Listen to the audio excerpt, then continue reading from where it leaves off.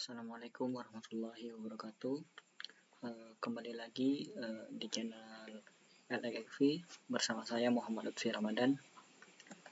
Pada kesempatan kali ini saya akan mendemokan sebuah website, di mana website ini menggunakan PHP dengan database Oracle.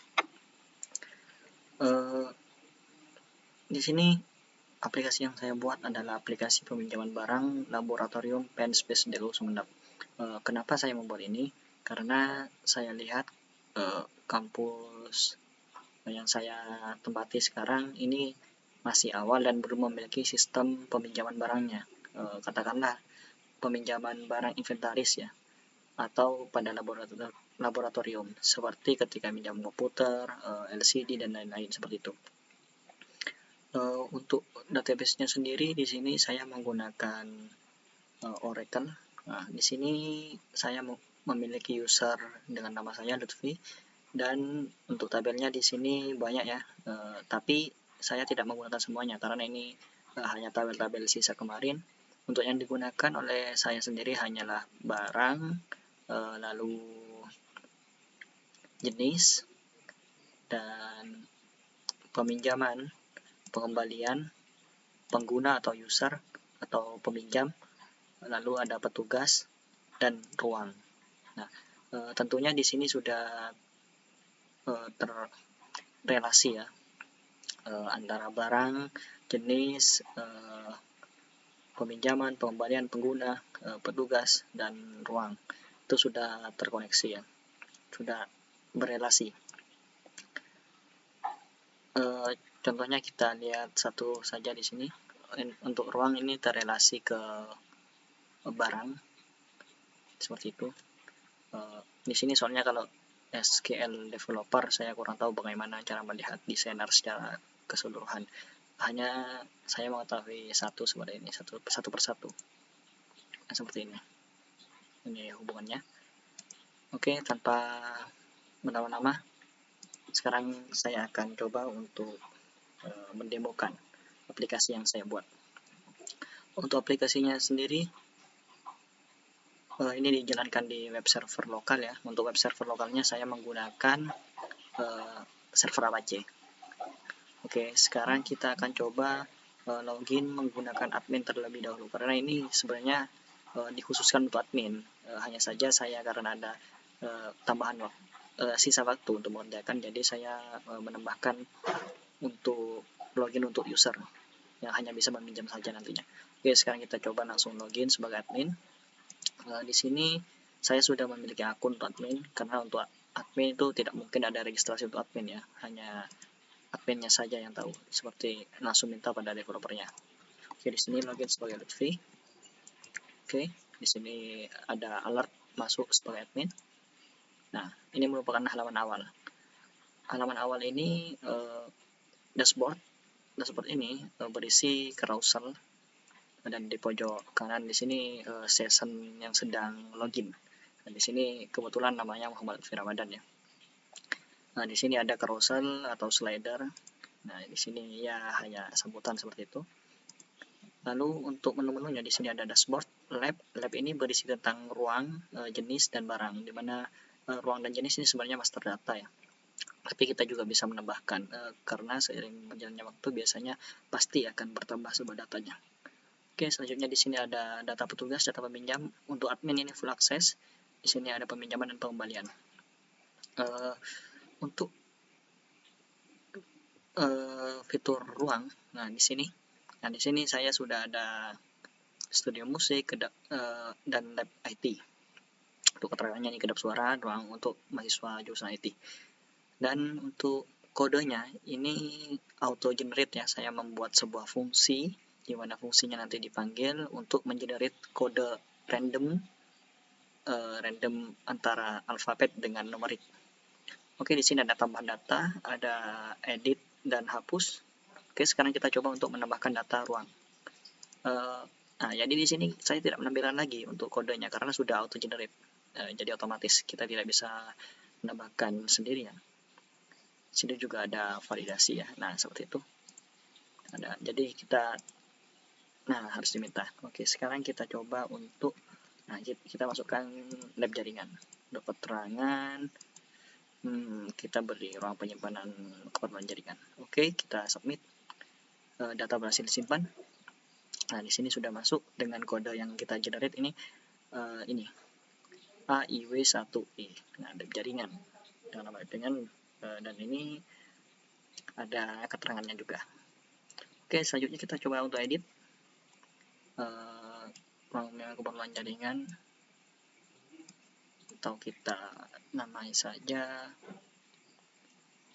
Kita tidak usah kasih ruang, langsung penyimpanan keperluan jaringan. Alat barang-barang kita beri seperti ini. Lalu kita submit. Oke, data berhasil disimpan. Nah, di sini sudah hilang ruangnya, sudah berhasil diedit. Oke, selanjutnya agar mempersingkat waktu, di sini ada jenis.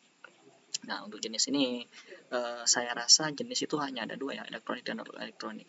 Jadi tak perlu ya kita menambahkan, atau untuk mencoba fungsionalitas dari website ini kita boleh cobalah. Oke, kita namai saja jenisnya kayu. Keterangan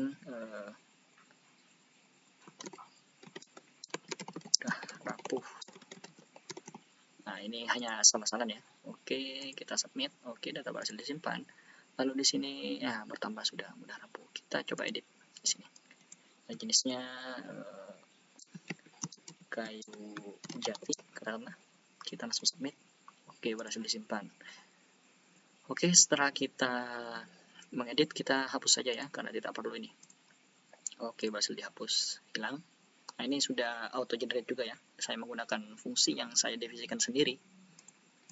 Dan sekarang barang. Nah, ini barang merupakan utama juga ya di tabel di aplikasi ini.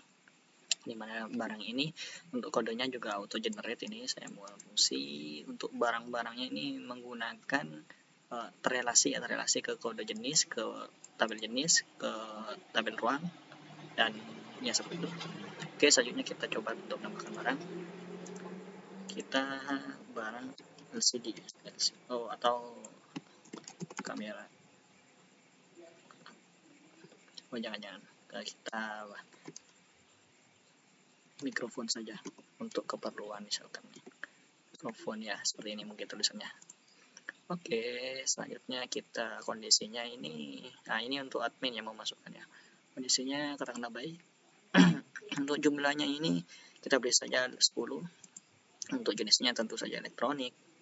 Untuk ruangnya ini tentunya ada di ruang lab studio musik ya. Oke, untuk terangan kita jangan dijatuhkan. Oke, aman. Oke, kita submit. Data berhasil disimpan seperti itu. Oke, di sini sudah tambahkan ya mikrofon pada nomor 2. Di sini saya mengurutkannya berdasarkan row ID dari otomatis dari SQL-nya dari Oracle. Oke, sekarang kita coba untuk edit mikrofon. Kita edit jumlahnya menjadi 5 saja. Oke, berhasil disimpan 5. Mungkin kita hapus saja ya. Kita coba untuk hapus mikrofon. Oke, berhasil dihapus. Aman untuk CRUD di bagian sub lab ini ya. Nah, bagian lab ini aman. Oke, sekarang kita masuk ke data petugas. Nah, untuk data petugas kebetulan ini saya memasukkan saya dan teman saya. Kita coba tambahkan saja. Ini kita tambahkan Rizky Wahyudi. Untuk username-nya kita ambil Yudi. Passwordnya kita beri Yudi saja. Laki-laki. Untuk email, nah ini ada sudah pernah nyoba ya. Nah, yudi@pens.id. Oke. Nah, di sini untuk sebenarnya untuk admin dan user nantinya itu ada role. Nah, dimana untuk role-nya ini saya otomatis karena tidak mungkin admin itu sebagai role peminjam. Nah, jadi admin sebagai admin. Oke, sekarang kita submit saja. Berhasil disimpan dan di sini sudah ada Yudi. Kita coba edit, kita ubah namanya jadi Yudi, kita lihat ini saja, Rizky seperti ini. Kita coba submit, aman, mantap. Oke, sini sudah ubah ya. Kita perlu hapus juga ya, atau kita coba angkapi saja. Oh tidak, karena untuk fungsionalitasnya ya, bekerja apa tidak, kita coba saja hapus. Nanti kita setiap halaman kita coba create update delete. Oke, berhasil dihapus. Nah, oke, sekarang kita masuk pada data peminjam. Nah, di sini untuk data peminjam di sini sudah ada ya, ada saya sendiri, lalu ada dosen saya, dan di sini ada dosen saya juga yang kebetulan mengampu mata kuliah ini. Basis data lanjut. Oke, selanjutnya kita coba untuk menambahkan data. Kita tambahkan saja Sani Nuranisa. Ini Sani, maksudnya ini untuk jenis kelamin, perempuan, email, status, ini mahasiswa. Oke, sini role-nya juga auto ya. Nah, oke. Nah, role-nya itu langsung sebagai peminjam, seperti itu. Setelah itu kita coba untuk edit Sani Nuranisa, makanya kita ubah username-nya, kita submit. Oke, berhasil. Selanjutnya kita hapus data yang tadi. Oke, aman untuk kita update delete pada data petugas dan peminjam yang berada pada menu atau fitur ini user. Nah, selanjutnya ini yang utama ya juga ya. Ya, ini memang utama ya, peminjaman. Nah, peminjaman ini untuk admin sebenarnya tuh bisa melihat semuanya. Hanya saja ini hanya terlihat satu karena memang hanya satu yang statusnya itu terpinjam. Jadi saya ini menggunakan seleksi query ya. Query-nya itu untuk peminjamannya ditampilkan itu hanya yang statusnya terpinjam. Sementara untuk yang sudah dikembalikan selesai itu ada di pengembalian nantinya. Perlu diketahui ini sudah untuk peminjaman, ini sudah saya memberikan trigger, dimana ketika saya menambahkan sebuah peminjaman, maka jumlah, katakanlah saya memilih mikrofon ya tadi, lalu jumlahnya saya meminjam 2. Nah, sementara di sana ada stok 3, maka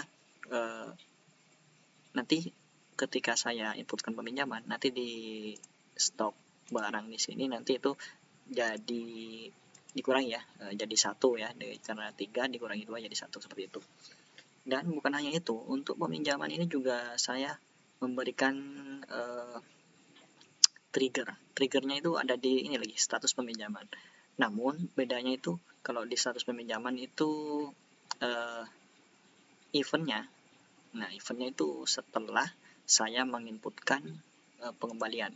Jadi ketika saya menginputkan pengembalian, otomatis terpinjam ini berubah menjadi selesai dan data di sini sudah pindah ke data pengembalian. Oke, selanjutnya kita langsung saja ya.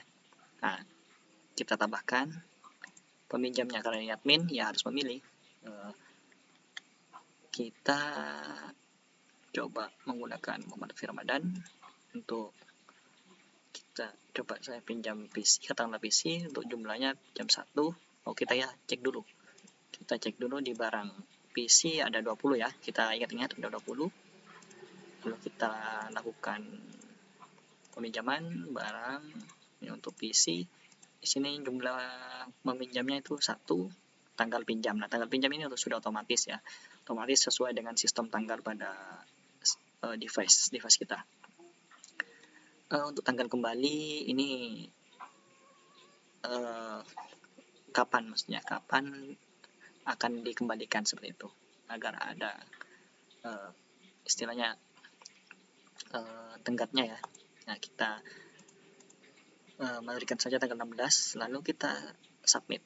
Oke, data berhasil disimpan. Nah, di sini sudah menambah data yang tadi ya, dengan ID peminjaman tadi ini ya, ini sudah auto generate juga. Oke, selanjutnya kita akan coba. Nah, ini bedanya ini untuk di aksinya ini hanya kembalikan. Jadi kita tidak bisa menghapus data peminjaman, kita hanya bisa mengembalikan. Artinya nanti diinputkan ke pengembalian. Data yang di sini diinputkan ke sini. Oke, kita coba lihat dulu ya hasil yang tadi untuk yang barang. Nah, di sini sudah berkurang bukan? Sudah 19, tadi 20. Oke, selanjutnya kita lakukan pengembalian. Nah, ini kita kembalikan ya. Kalau di pengembalian ini ya hanya menampilkan datanya. Kalau peminjamannya ini mengembalikan. Oke, kita kembalikan data yang ini. Nah, di sini kita kembalikan. Di sini sudah read only saja, sudah nggak bisa diubah karena ini sesuai datanya yang dikembalikan itu data yang barusan kita pencet ya. Nah, untuk tanggal kembalinya ini data sekarang. Jadi saya mengembalikan pada tanggal sekarang. ID petugas. Nah, ini ID petugasnya itu yang mengembalikan itu kan hanya admin ya, hanya petugas. Jadi ID petugas itu sesuai dengan yang login sekarang. Ketika kita login dengan katakanlah dosen siapa ya, nah itu jadi ininya auto mengikuti siapa yang login sessionnya. Oke, kita langsung saja kembalikan. Nah, itu berhasil disimpan. Nah, kita masuk pada ID pengembalian di sini. Nah, kita bisa lihatnya di pengembalian yang barusan ini. Untuk kode barangnya ini ya. Lalu ID petugasnya sesuai ya. Nah, kebetulan saya masuknya ini menggunakan Citrus di sini. Tanggal kembali sesuai dengan tanggal sekarang. Oke, sekarang kita lihat apa yang berubah di barang. Nah, kita lihat ya, ketika saya mengembalikan barang, nah di sini kembali seperti awal lagi. Nah, di sini jadi aman ya. Ketika ada yang meminjam, ketika ada yang membalikan, jadi stok itu datanya itu aman, tidak mungkin data itu tidak mungkin keliru nantinya karena sudah terintegrasi ini dengan trigger. Ya, seperti itu kurang lebih untuk halaman pengembalian. Seperti itu untuk perjalanan pengembalian. Dan untuk di transaksi tentunya sudah hilang di sini. Dan status di transaksi di sini ini sudah berubah sebenarnya ya. Mungkin kita bisa lihat di ini SQL developer. Kita lihat data. Nah, di sini selesai dan terpinjam hanya satu, maka ini yang ditampilkan seperti itu. Oke, selanjutnya sudah selesai semua ya untuk halaman admin. Sekarang kita logout.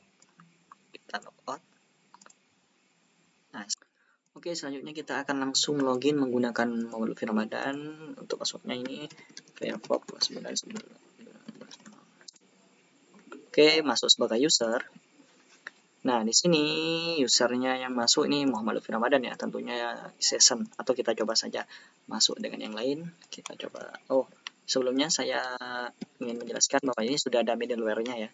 Jadi ketika kita langsung mengakses melihat URL akan masuk ke admin. Nah, maka akan dikembalikan ke halaman login karena kita belum login ya. Nah, seperti itu. Begitu juga ketika kita akan mengakses halaman pengguna. Nah, harus login terlebih dahulu seperti itu. Oke, selanjutnya kita akan langsung masuk saja coba untuk menggunakan yang akun lain agar terbukti benar atau tidak. Nah, di sini kan Fadila Fahrul Hardiansa masuknya. Oke, selanjutnya kita akan coba menjelaskan dulu. Saya akan menjelaskan untuk halaman user. Di sini ada dashboard, ya berisi seperti ini. Lalu di sini ada transaksi. Transaksi ini peminjaman, hanya peminjaman. Di mana data peminjaman ini yang ditampilkan itu hanya data yang peminjamnya itu session sekarang. Tentunya ini untuk keamanan ya. Di mana data peminjaman dari seorang pengguna peminjam itu aman. Jadi tidak diketahui oleh peminjam lainnya seperti itu.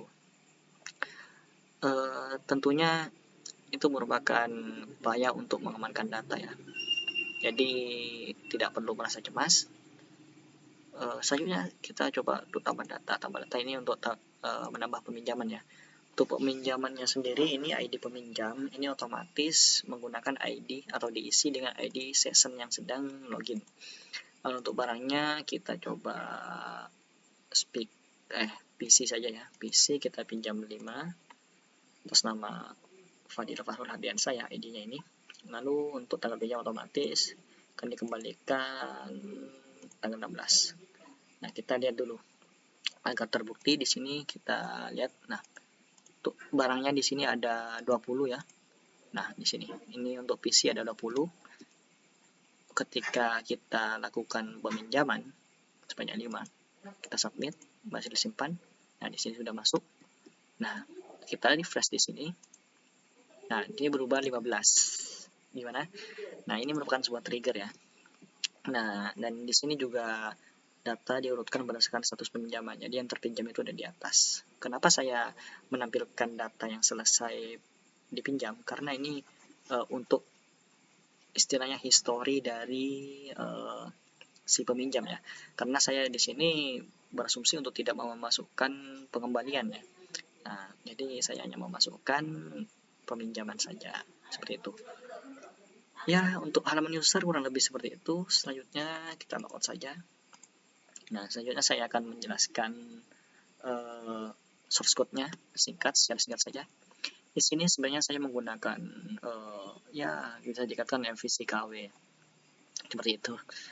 Dan di sini untuk halaman admin di sini di sini ada logout ya, untuk logout ya, proses logout. Di sini ada index ini katakanlah untuk main layoutnya ya, layout. Lalu di sini untuk home ini merupakan halaman dashboard atau halaman utama. Jadi ketika kita memilih di sebuah halaman itu tidak ada, kita langsung masukkan home atau defaultnya include pada home-nya nanti ya. Nah, misalnya kalau kita berbicara konsep MVC, di situ ada root-nya. Untuk root-nya sebenarnya ini bisa dikatakan root, bisa tidak ya. Ini hanya ya root biasa.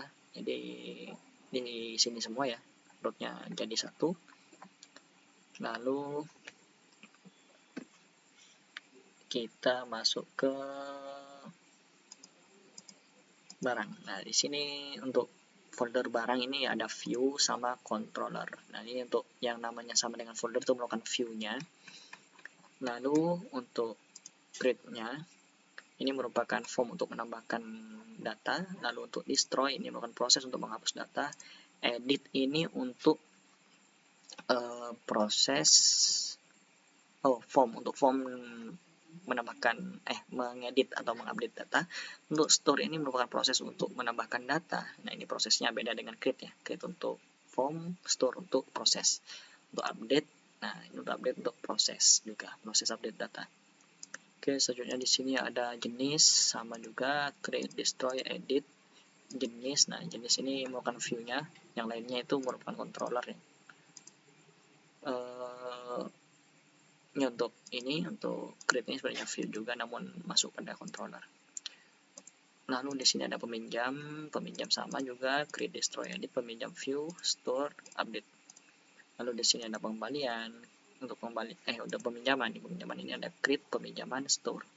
Jadi di sini hanya menambahkan saja. Kenapa saya tidak memberikan hapus dan edit? Karena peminjaman itu sifatnya ya bisa dikatakan pasti ya, peminjaman itu pasti. Jadi tidak bisa dihapus, melainkan nanti dikirimkan ke pengembalian. Jadi ketika dikembalikan masuk datanya ke pengembalian. Seperti itu. Di pengembalian sendiri di situ juga ada create untuk pengembaliannya. Ya, pengembalian itu dari peminjaman ini nanti ya. Dan pengembalian view-nya, lalu store ini untuk prosesnya. Untuk petugas ya sama seperti yang tadi di awal. Ada create, destroy, edit, petugas untuk view-nya, lalu store dan update. Untuk ruangnya di sini, nah ruangnya ini sama, create, destroy, edit, ruang untuk view, store, dan update untuk store untuk proses menambahkan, update ini untuk proses update atau edit. Ya, kurang lebih seperti itu ya. Di sini seperti yang saya katakan tadi,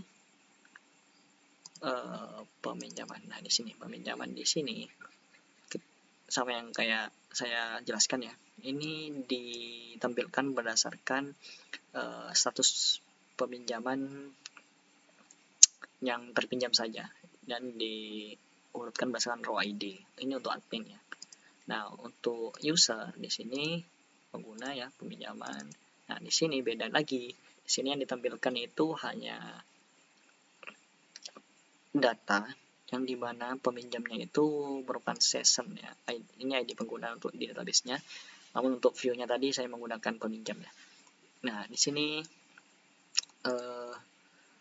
yang ditampilkan itu ya hanya data yang dimiliki oleh session yang sedang login pada saat itu.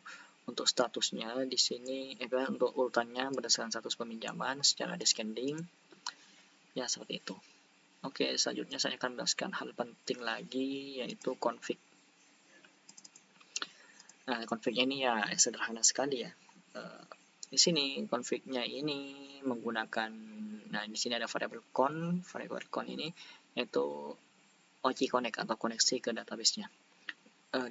Database atau server sama servernya lagi ya. Ini untuk nama user, Lutfi, ini passwordnya, localhost x ini nama servernya, hostnya apa? Ya bisa dikatakan hostnya ya. Lalu di sini saya memberikan percabangannya ini untuk menghandle ketika terjadi error atau gagal maka akan ditampilkan pesan errornya seperti itu. Ya kurang lebih seperti itu ya. Simple sebenarnya aplikasi ini karena tentunya nanti perlu banyak pengembangan lagi agar bisa direalisasikan. Nah, mohon maaf. Seperti itu. Mungkin beberapa bulan tahun ke depan semoga ini bisa dikembangkan dan digunakan ya di kampus Penspes Lego Sumeneb.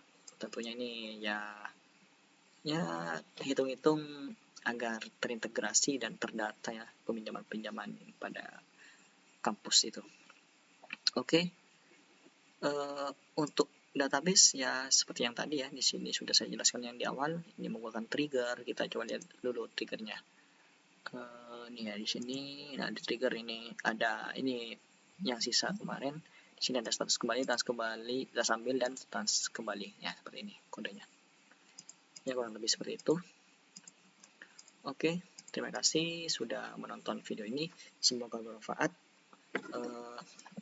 Jangan lupa like, comment, dan subscribe. Wassalamualaikum warahmatullahi wabarakatuh.